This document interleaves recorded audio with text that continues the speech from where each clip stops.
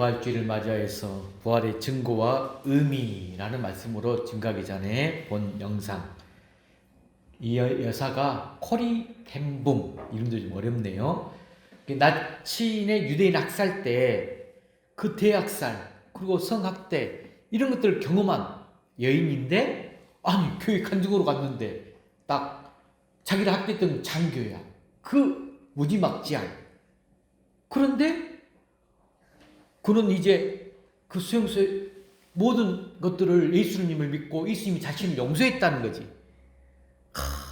그러면서 그 두 분이 아는 그 직면을 하면서 얼마나 이 여사님은 가슴에 이 숨어있던 그 발가벗김 당하고 학대당했던 그 수치함, 부끄러움, 이 모든 것들이 다시 모욕심이 다 끌려 올라왔다는 거죠. 야, 그런데 할 수 있을까요? 용서할 수 없죠. 인간적으로 용서할 수가 없어요. 그런데 그 남자, 자매님, 당신의 말씀에 감사드립니다. 나는 자매님이 말씀하신 것, 하나님이 나를 용서하시고 내 모든 죄를 깨끗이 씻기셨다는 것을 나는 믿습니다. 이렇게 손을 탁 내밀면서 악수를 청하는데 이 여사님의 마음은 어땠을까요? 그분은 이 증오의 감정이 너무 컸기 때문에 절대 그 손을 잡을 수가 없었죠. 그냥 여러 사람이 보고 있으니까 그 자세로 악수한다는 것, 이건 위선일 뿐이었죠. 그때 그 순간 성령님께서 찾아오신 거죠. 하나님의 음성이 마음속에서 속삭였다는 거죠. 고리야, 네 손을 내밀어라. 그러기만 하면 된다. 네 손을 내밀어라. 그러기만 하면 된다. 마침내 용서할 수 있는 힘을 주십사는 이 절망적 기도와 함께 이 여사, 고리 여사는 아랍살이 손을 내밀었어요. 그때 참으로 놀라운 일이 벌어졌다는 거죠. 손을 내밀었을 뿐인데 내 마음속에 있는 이 분노와 증오심 다 녹아버렸고, 용서하는 사랑이 저항할 수 없는 그 마음에서 우러나오는 강한 힘으로 용서 넘쳐 올라왔다는 것입니다. 그녀는 이때 놀라운 경험을 이런 마지막 메시지로 간증했다는 거죠. 나는 하나님께서 순종해서 내 손을 내밀었습니다.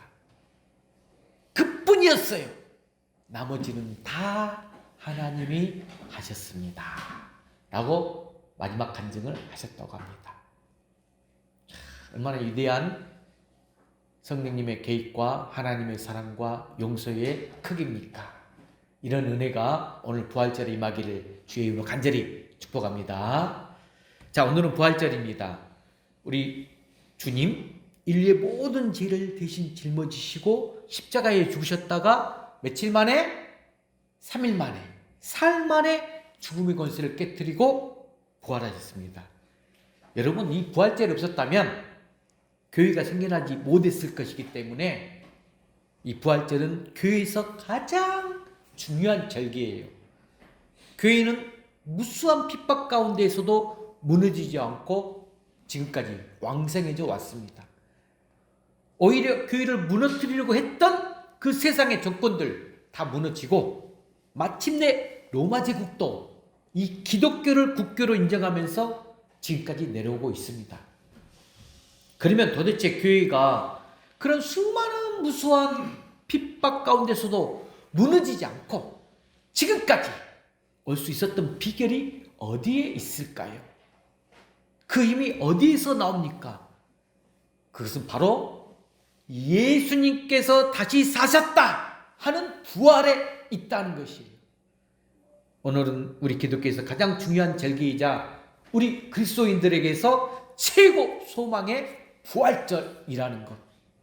그러므로 우리 그리스도인들은 완전한 부활을 소망하면서 우리가 자기 십자가를 지고 예수님을 따라가는 삶을 살아야 합니다.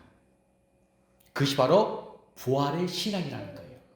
자, 그러면 우리가 부활의 신앙을 말씀 한 구절을 통해서 우리 선포합시다. 빌립보서 3장 10절로 12절 말씀 한번 띄워줄까요? 빌립보서 3장 10절로 12절. 자, 크게 한번 외쳐봅시다. 화면 보고 읽겠습니다. 시작. 내가 그리스도와 그 부활의 권능과 그 고난의 참여함을 알고자 하며 그의 죽으심을 본받아 어떻게 해서든지 죽은 자 가운데서 부활에 이르려 하노니 내가 이미 얻었다 함도 아니요 온전히 이루었다 함도 아니라 오직 내가 그리스도 예수께 잡힌 바 된 그것을 잡으려고 달려가노라. 아멘. 이게 바울이 말한 부활 신앙이에요. 바울이 고백하고 있는 것처럼 우리는 지금 이 순간에도 온전한 부활을 위해서 열심히 다른 박지 달려가노라. 그것이 바로 부활 신앙으로 살아가는 것입니다. 자, 어떤 성도가 목사님에게 이런 말을 질문했어요. 예수님 믿으면 영이 살아있다고 하고 영이 살아있다 그래. 예수님을 믿지 않으면 영이 죽었다 하는데 아니 그걸 어떻게 알 수 있죠? 목사님께 물었어요. 그러자 목사님이 그 성도에게 이렇게 어떤 행위를 지시합니다. 성도님, 아무 무덤가에 가서 욕도 실컷 해주고 칭찬도 해주시고 한번 와보세요. 그랬어요. 그래서 저녁 무덤에 그 성도가 갔다 왔는가 봐. 그래서 갔다 와서 목사님께 물었어요. 아니 성도님이 지금 목사님이 다시 물어요. 그분에게. 성도님이 현재 무덤에 있는 사람들에게 욕을 하니까 그들이 지금 화를 내던가요? 그리고 칭찬하니까 좋아하던가요? 그래서 이 성도가 하는 말. 아닙니다 목사님. 아니 그들은 죽었기 때문에 당연히 반응하지 않죠. 반응이 없었습니다. 하고 말을 했어요. 자, 그러자 목사님이 다시 그 성도에게 그러면 내일은 거리에 지나가는 그 사람들 아무나 붙잡고 한번 욕을 해보십시오. 그러면 내일은 영에 대해서 다시 설명해 드리겠습니다. 라고 했어요. 다음날 그 성도가 또 했던 거예요. 진짜로 순종을 잘해. 그래서 오자마자 화가 잔뜩 난 상태로 목사님한테 말하기를 목사님이 하란 대로 했다가 괜히 뺨만 맞았습니다. 이렇게 말하는 거예요. 하면서 도대체 왜 이런 일을 시키셨습니까? 막 대꾸를 했어요. 따졌어요. 자, 그때 목사님이 말씀합니다. 무덤 안에 있는 사람은 그 사람에게 욕을 하고 칭찬해도 아무 반응이 없는 것은 왜? 죽었기 때문입니다. 죽은 사람에게는 어떤 말을 해도 어떤 일이 일어나도 아무 반응이 없습니다. 하지만 살아서 지나가는 사람에게 욕을 했다가 뺨을 맞은 이유는 그들이 살아있기 때문입니다. 마찬가지로 영이 죽은 사람은 하나님 말씀에 반응이 없고 영적인 일에도 반응이 없어요. 그렇지만 하나님의 말씀을 들을 때 마음이 아프고 기쁘고 두려운 이유는 내 영이 지금 살아있다는 증거입니다. 라고 설명해 주었다고 합니다. 여러분 가슴에 다가오고 있습니까? 그래서 오늘 내 영이 살아있기 위해서 더 부활에 대해서 증거와 의미를 알아보도록 하겠습니다. 자, 첫 번째 우리 부활의 증거를 한번 봅시다. 한번 읽어볼까요? 시작. 성경이 예수님의 부활을 증언합니다. 부활을 증거하는 것 어디에서? 성경에서 했어요. 오늘 본문의 3, 4절에서도 주님은 며칠 만에 죽으셨다가 성경대로 죽으셨다가 성경대로 부활하셨다 라고 오늘 본문 3, 4절에 기록되고 있는데 성경에 그대로 기록되고 있어요. 증거하고 있어요. 그런데 진짜 증거 가운데서도 부활했던 주님께서 딱 누굴 만났던 사건이 있느냐? 엠마오 마을로 가는 두 제자들에게 나타나서 부활에 관한 말씀을 자세히 설명한 구절이 누가복음 24장 27절 말씀이에요. 자, 한번 읽어볼까요? 시작. 이에 모세와 모든 선지자의 글로 시작하여 모든 성경에 쓴 바 자기에 관한 것을 자세히 설명하시니라. 자, 이 구절 한번 제가 밑에다 또 설명 구절도 PPT로 올려놨는데 이에 모세와 이 모세가 누굴 가리키냐? 율법을 말하는 거예요. 율법. 그리고 두 번째, 모든 선지자의 글. 선지자의 글이 대선지서, 소선지자를 말합니다. 그리고 모든 성경. 이것은 구약 성경 전체를 의미합니다. 그리고 나서 이건 누가가 이렇게 이야기를 했잖아요. 그리고 나서 신약 성경을 오면 신약 성경 예수님의 일대기를 정리한 복음서를 무슨 복음서? 사복음서. 마태, 마가, 누가, 요한. 여기에 예수님의 부활을 결론적으로 기록하고 있습니다. 성경은 하나님의 말씀으로 여러분 1.1획도 오류가 없다는 것. 진리의 책인 성경이 첫 번째로 예수님의 부활을 증언하고 있다. 이거 깨닫기 바랍니다. 자, 두 번째 증거는 뭐냐? 읽어봅시다. 시작. 텅 빈 무덤이 부활의 증거입니다.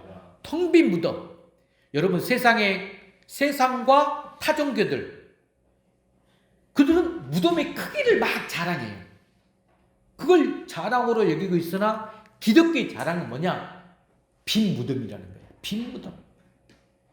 그래서 스탠리 존스 선교사님이 인도에서 노방전도 전도를 하고 있었어요. 그때 이슬람교 한 사람이 딱 와서 자랑하듯 이 선교사님에게 이런 말을 했어요.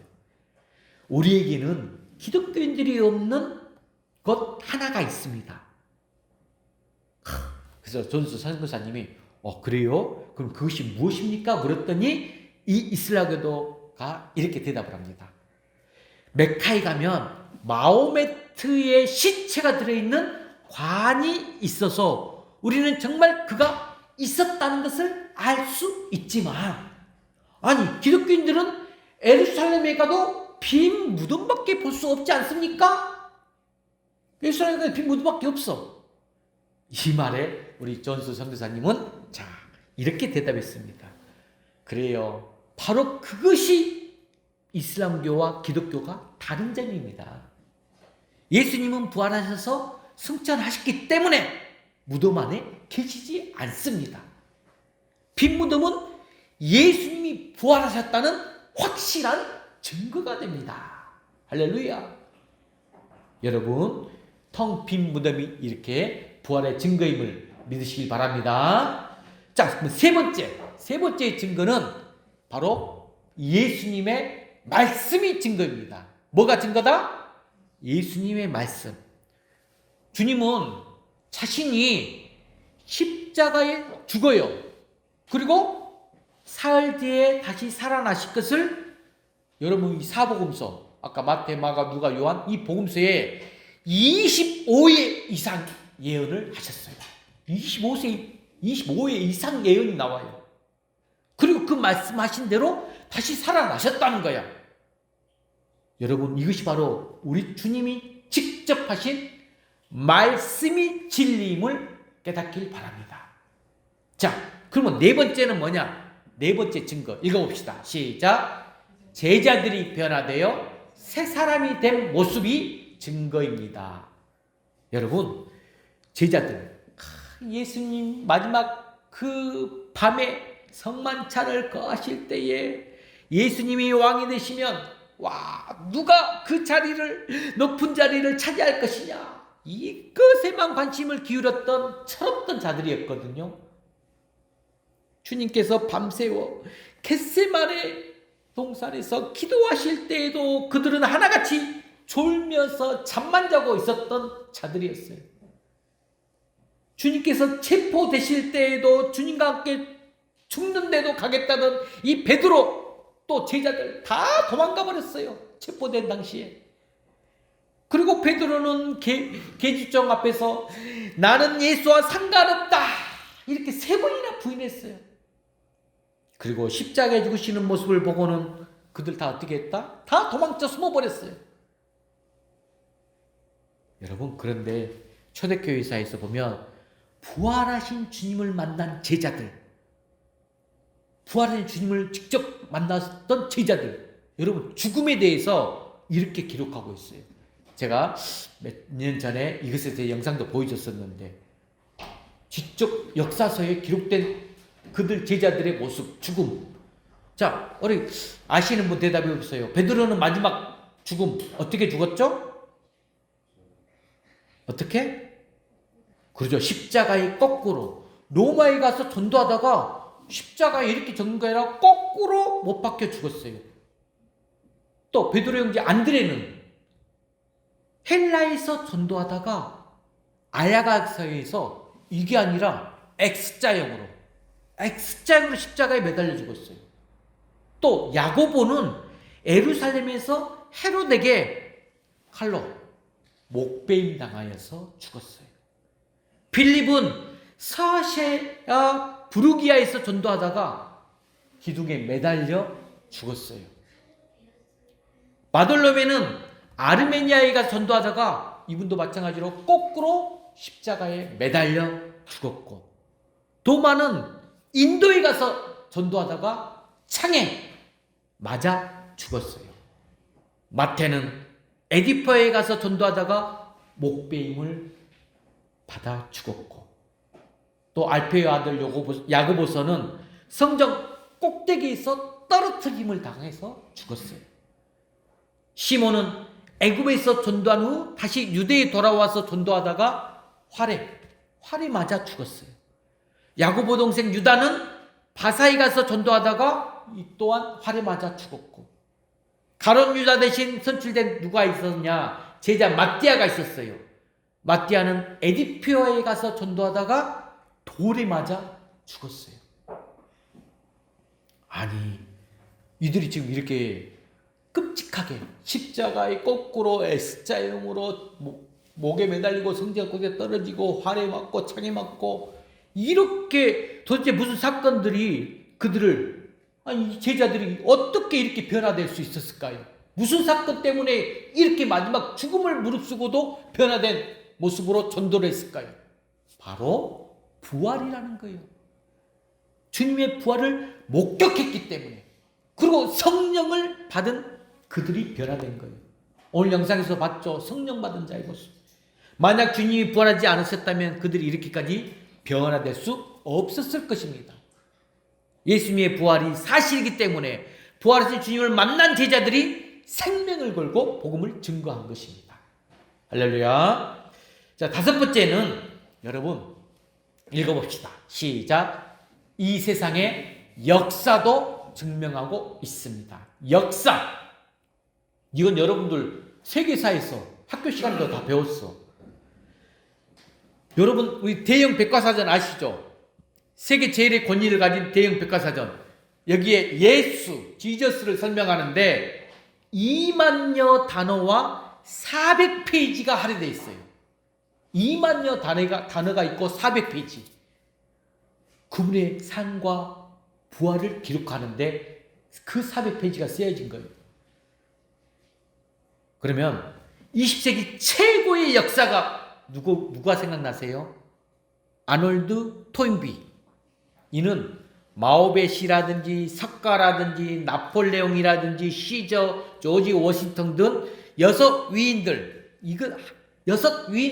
합한 것보다 더 많은 지혜를 할애하여서 예수 그리스도에 관하여 기록했다는 것이에요. 이 아놀드 토인비 이분이 세계 역사의 기초를 제공한 고대 역사가 요세푸스는 예수 그리스도가 네로 황제의 아들 티베리우스 치하에서 유대 총독 빌라도에게 사형되었고, 그 예수는 예언한 대로 다시 살아났고,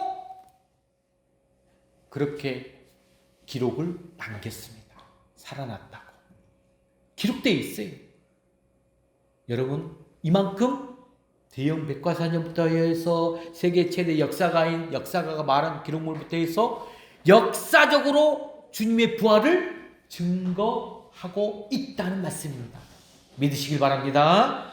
자, 여섯 번째 읽어볼까요? 시작. 오늘날에도 기적이 계속해서 일어나고 있다는 사실이 부활을 증명했습니다.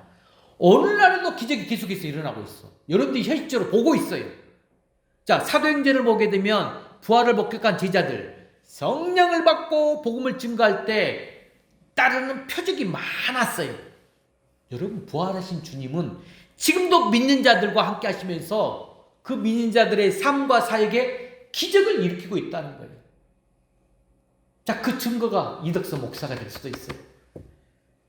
부활하신 주님이 베푸신 기적은 여러분 멀리 안 가고 이 나라, 이 민족의 역사를 한번 살펴볼까요? 어떤 기적이 일어났는지 역사를 잘 아신 분들. 자, 갑침정변 몇 년도죠? 갑침정변이 일어난 연도가 1884년이에요. 이때 조선시대야. 조선의 정세는 매우 불안하고 혼란스러웠어요. 당시 국제사회는 조선을 소망 없는 땅, 우리나라 조선 땅, 소망 없는 땅 이렇게 보았어요. 그러나 항무지였기 때문에 더더욱 복음이 증거되어야 한다 이렇게 믿었던 미국의 젊은 선교사들이 있었는데, 자, 우리나라 최초의 선교사 두 분 말해보세요. 언더우드 선교사님과 아펜젤러. 그래서 양동 가게 되면 여러분들도 볼 수 있어요. 그들은 순교의 각오로 파송을 지원했어요. 그래서 갑진정은 다음에 1885년 4월 5일 그날이 부활절이었습니다. 거센 풍랑을 내치고 한 척의 배가 인천 제물포항으로 도착했어요. 단순한 입항이 아닌 이날에 처음으로 복음이 들어오는 감격스러운 순간이었습니다. 1885년 4월 5일. 그러자 그렇게 부활절에 이 언더우드와 아펜젤러라는 이 선교사님 두 분이 조선 땅을 밟게 되었습니다. 황무지의 소망이 빛이 비치는 순간이었어요. 아펜젤러는 본국에서 보낸 첫 선교 보고서에서 이날의 감동을 이렇게 밝혔습니다. 우리는 부활절에 이곳에 왔다. 그날 사망의 철장을 쳐부수고 부활하신 주님께서 조선의 결박을 끊어주시고 하나님의 자녀로 빛과 자유의 세계로 인도해 주시기를 기도했습니다. 자, 1885년 올해는 몇 년? 2023년 몇 년 일렀죠? 138년이 지남 지금 대한민국 어떻습니까? 세계가 놀라운 성전과 부흥을 경험하고 있어요. 선진국 대열에. 그리고 이제 많은 미지 항무지의 땅 그곳에 우리나라 선교사님들이 가서 지금 복음의 씨앗 부활의 증인을 하고 있다는 거예요. 그런 기적의 나라가 되었다는 것입니다. 이게 바로 계속 진행론이라는 거죠. 부활을 증거하고 있다는 것입니다. 자, 7번째는 뭘까요? 읽어봅시다. 시작. 오늘 우리가 주의를 지키는 사실이 부활의 확실한 증거다. 야, 우리 지금 주의를 지키고 있어. 다른 날이 아니야. 구약시대는 일주일이 끝난 날인 토요일을 안식일이라고 했어요. 그래서 하나님을 섬기는 날로 지켰거든요. 그런데 초대교회는 주님의 부활을 기념하기 위해서 안식 후 첫날을 일요일, 그날을 주일로 지킨 거예요. 안식일이 뭘로 바뀌었다 지금? 주일로 변경된 것. 이게 바로 그들이 목격하고 체험한 이 부활에 대한 확신에서 시작된 것이에요. 여러분, 주일이 그냥 주일이 아닙니다. 그 의미를 잘 되새길 줄 알아야 돼요. 그래서 여러분들이 이렇게 주일날 예배드리러 오는 자체부터가 내가 부활의 증거자가 되는 거예요. 이게 얼마나 큰 지금 가슴의 울림입니까? 주님이 주일이 부활하지 않았다면 오늘 이 땅에 주일이란 날이 없었을 것이기 때문에 그렇습니다. 주일의 의미도 다시 한번 되새기길 바랍니다. 자, 마지막 8번째는 읽어봅시다. 시작. 성령이 내 마음 안에서 증거해 주십니다. 오늘 본 영상의 코리 여사의 모습도 마찬가지예요. 용서할 수 없었어요. 성령이 개입하시니까 손을 내밀기만 하라 하니까 내밀기 후에 가슴에서 벅차오르는 그 감동으로 분노의 감정이 녹아지고 용서할 수 있었다는 그것처럼 하나님은 성령의 능력으로 아들 예수님을 부활하게 하셨어요. 그리고 이 땅의 교회들에게 성령의 부어주셔서 부활 믿게 하시고 이 부활을 증거하게 하신다는 겁니다. 믿는 사람들 중 대부분 사람들은 여러분 부활의 주님을 직접 목격하신 분 계세요? 예수님 보신 분 있으세요? 목격하지 못했습니다. 물론 영으로는 주님을 만난 경험을 한 사람들 있기는 하지만 대부분 사람들은 주님을 직접 만난 경험이 없어요. 그런데도 우리 안에 주님의 죽으심과 부활에 대한 확신이 생기고 하나님 아버지로 믿어집니다. 그 이유가 뭘까요? 바로 성령께서 믿는 자 속에 증거하시기 때문입니다. 믿으시는 여러분 되시길 바랍니다. 자, 이제 두 번째로 예수 부활의 의미를 살펴봅시다. 예수 부활의 의미는 뭐냐? 여러분, 부활은 하나의 사실로 그치는 게 아니에요. 그 사실이 우리에게 미치는 영향이 있는데 엄청나요. 예수님의 부활, 다음과 같은 의미가 있습니다. 자, 첫 번째 읽어볼까요? 시작.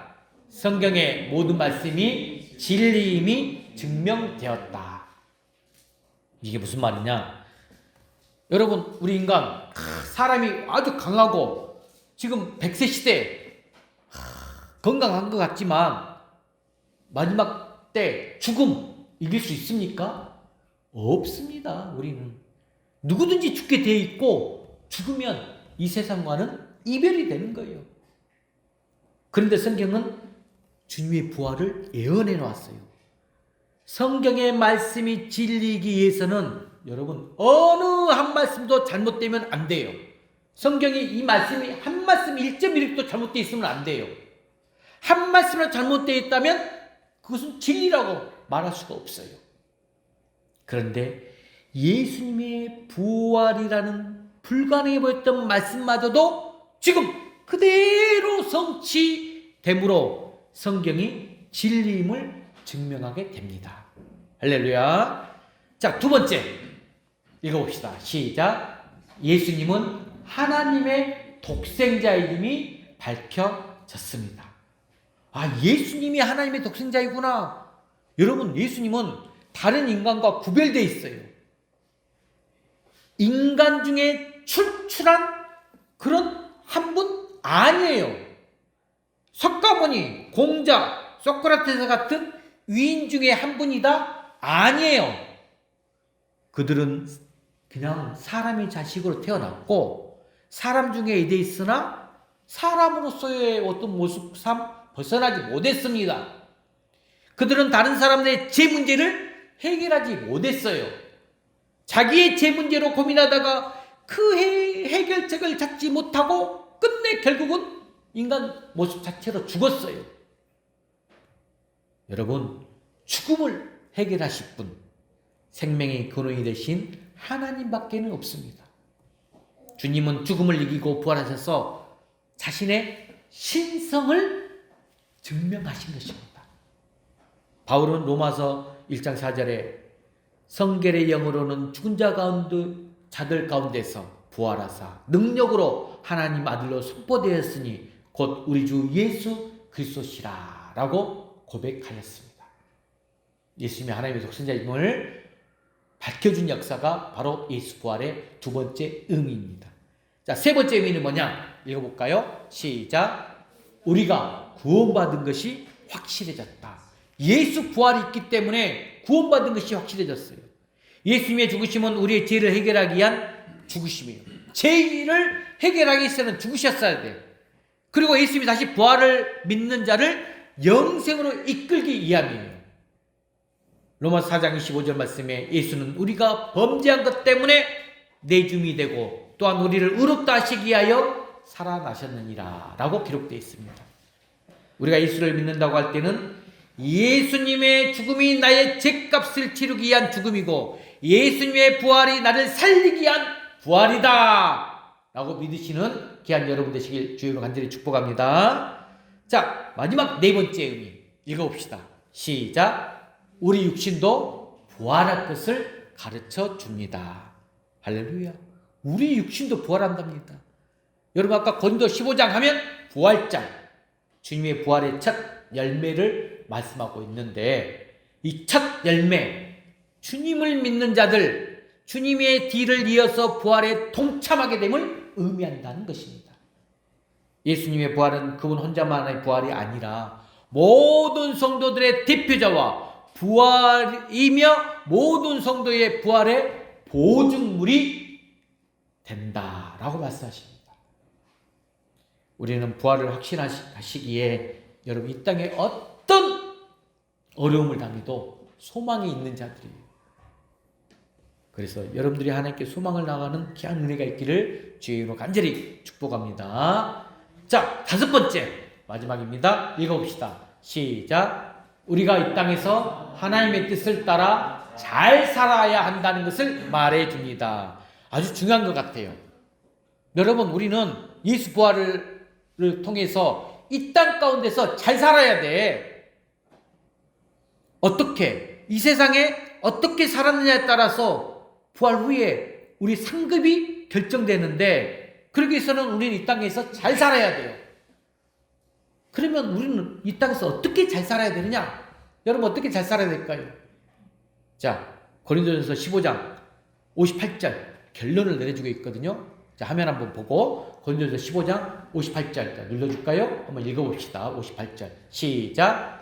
그러므로 내 사랑하는 형제들아, 견실하며 흔들리지 말고 항상 주의 일에 더욱 힘쓰는 자들이 되라. 이는 너희 수고가 주 안에서 헛되지 않은 줄 알미라. 아멘. 여러분, 이 말씀 정말 소망의 말씀 붙들기시 바랍니다. 흔들림 없이 주의 일에 힘쓰는 사람들이 되시길 바랍니다.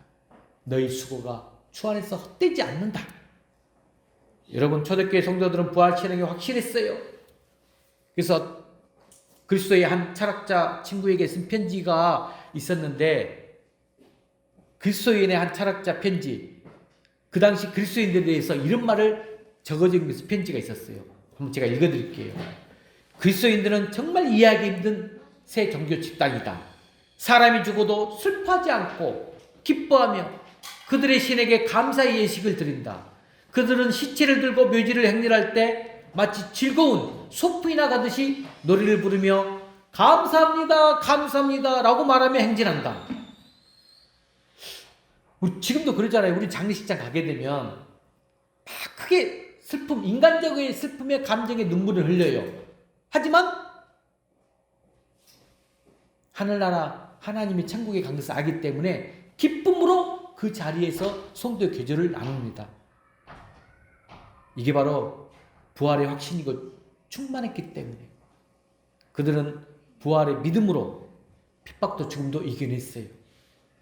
북한무리교 성도들도 초대교회 성도들처럼 영원한 생명의 소망을 가지고 이 땅에서 나그네로 살아가면서 정말 죽음을 이기시고 부활하신 그 빛된 우리 부활의 주님을 영접하면서 우리 기독교 부활의 존귀임을 명심하고 우리 인간은 죽음으로 끝나지 않고 예수처럼 우리도 부활한다는 것, 이 부활 죽음을 두려워하는 이 부활 복음, 인간들에게 참 소망을 갖게 해줍니다.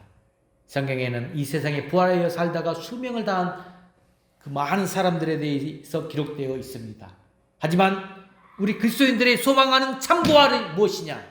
다시 죽지 아니할 영화의 몸으로 부활할 것을 믿고 서로 위로하고 살아가는 귀한 여러분 되시길 주의 이름으로 간절히 축원합니다. 기도하겠습니다. 하나님 아버지 감사합니다. 오늘 부활주의를 맞이하여서 부활의 증거와 의미를 알고 하나님께 참 소망을 갖고 나아가게 할 수 있도록 우리 마음을 다시 한번 주장해 주시니 감사합니다. 성령께서 매 순간마다 간섭하여 주시고 성령의 놀라운 세미의 음성을 듣고 순종하면서 하나님께 영광을 올려드리는 참된 부활신을 갖는 우리 풍화문의 모든 성도가 되게 있게 하여 주시옵소서. 말씀 안에서 은혜 주시고 깨닫게 해주시고 다짐해 주심을 감사드리오며 거룩하신 예수 그리스도 이름으로 간절히 기도드리옵나이다. 아멘.